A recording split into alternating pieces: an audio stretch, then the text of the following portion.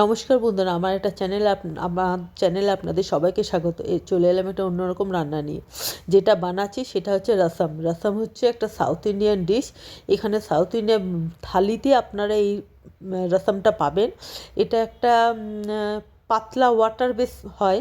হ্যাঁ, তো এটা বানানোর জন্য আমি সবথেকে সহজ পদ্ধতি বলছি। এখানে কিছু রসুন, গোলমরিচ, গোটা জিরে আর কাঁচা লঙ্কা এগুলোকে ভালো করে থেতো করে নিতে হবে।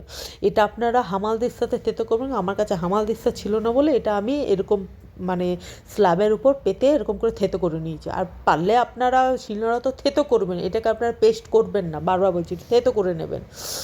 যার মধ্যে গোটা গোলমরিচ আছে, গোটা জিরে আছে, গোটা মানে খোসা সমেত রসুন আছে, আর সঙ্গে হচ্ছে কাঁচা লঙ্কা।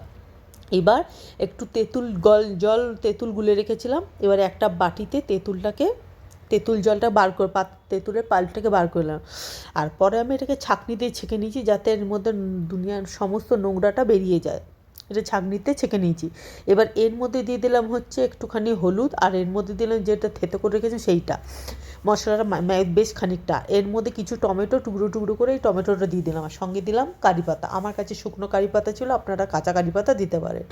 সঙ্গে হাফ গ্লাস জল দিলাম, দিয়ে এটাকে আর একটুখানি আমি ব্যালেন্স করার জন্য চিনি দিয়েছি, সাইডে রেখে দিলাম। এবার কড়াইয়ের মধ্যে নিয়ে নিলাম একটা শুকনো লঙ্কা, একটু গোটা কালো সর্ষে, আর সঙ্গে কারি পাতা। এখানে আপনারা একটু হিং দেবেন, আমার কাছে ছিল না বলে আমি দিইনি।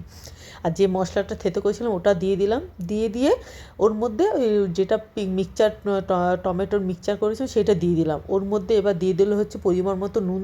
একটু নুনটা বেশি দেবেন, তাহলে এটা ভালো লাগবে। এটা টক নোনতা নোনতা খেতে ভালো হয়। ভালো করে ফুটতে দিতে হবে। ফুটতে দেওয়ার পর এটা আপনারা নামিয়ে নেবেন।